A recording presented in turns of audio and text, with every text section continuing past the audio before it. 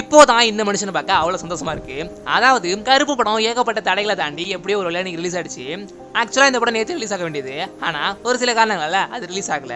அதெல்லாம் பார்த்தோன்னே நம்ம ஆர்ஜே பாலாஜி ரொம்பவே உடஞ்சு போயிட்டாரு. அப்படி உடஞ்சு போய் ஒரு வீடியோமே சுகமா போட்டிருப்பாரு. ஆனா இன்னைக்கு அந்த மனுஷன் ரொம்ப சந்தோஷமா ஆயிட்டாரு.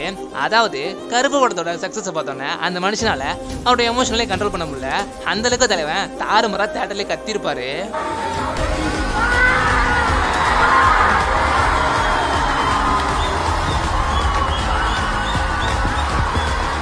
எனக்கு அவர் பண்றத பார்த்தோன்னே அப்படியே ஜெர்சி படத்துல இருந்துச்சுன்னு வரும்ல, அதை பார்த்த மாதிரி அப்படியே இருந்துச்சு. தலைவன் அந்த அளவுக்கு ரொம்ப ஹாப்பியா இருந்திருக்காரு. சூர்யாவோட படம் அது மட்டும் இல்ல, இதுக்கு முன்னாடி வந்த படங்கள் எல்லாமே மிக்ஸ்டு ரிவ்யூஸாவும் நெகட்டிவ் ரிவ்யூவா வந்துட்டே இருந்தது.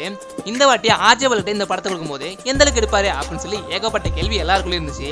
ஆனா அந்த மனுஷன் எடுத்து முடிச்சோடனே படம் ரிலீஸ் ஆனோடனே ஒட்டுமொத்த பேரும் அவ்வளவு சந்தோஷம். அது மட்டும் இல்ல, சூர்யா ஃபேன்ஸ்க்கு எல்லாம் பயங்கர ஹாப்பியா இருப்பாங்க. இந்த வாட்டி நான் ரிவ்யூ பார்க்கும்போது எல்லாமே பாசிட்டிவ் ரிவ்யூ வந்துச்சு. அதெல்லாம் பார்க்கும்போது எனக்கே ஒரு மாதிரி அவ்வளவு ஹாப்பியா இருந்துச்சு. இந்த படத்தை வழக்கம் போல நம்ம சூர்யாவோட ஆக்டிங்லாம் தாறுமாறவே இருந்திருக்கும். அது போல நம்ம சாபியங்கரும் தாறுமாற தான் பண்ணிருப்பாருன்னு நினைக்கிறேன். எனக்கு இப்போ ஒரு விஷயம் ஸ்ட்ரைக் ஆகுது. அதாவது ட்ரெய்லர்ல ஒரு டைலாக் வரும்ல, அது இப்போ செமையா பெர்ஃபெக்ட் ஆகும் அப்படின்னு சொல்லி நான் நம்புறேன். அதாவது இதுதான், கொஞ்ச நாள் இல்ல பயம் விட்டு போச்சு. உங்களே எத்தனை பேர் இந்த படத்தை பார்த்து முடிச்சிட்டீங்கன்னு மறக்காம கமெண்ட், அது கூட படம் எப்படின்னு சொல்லி மறக்காம கமெண்ட், அது கூட நம்ம சேனலை மறக்காம சப்ஸ்கிரைப் பண்ணிக்கோங்க.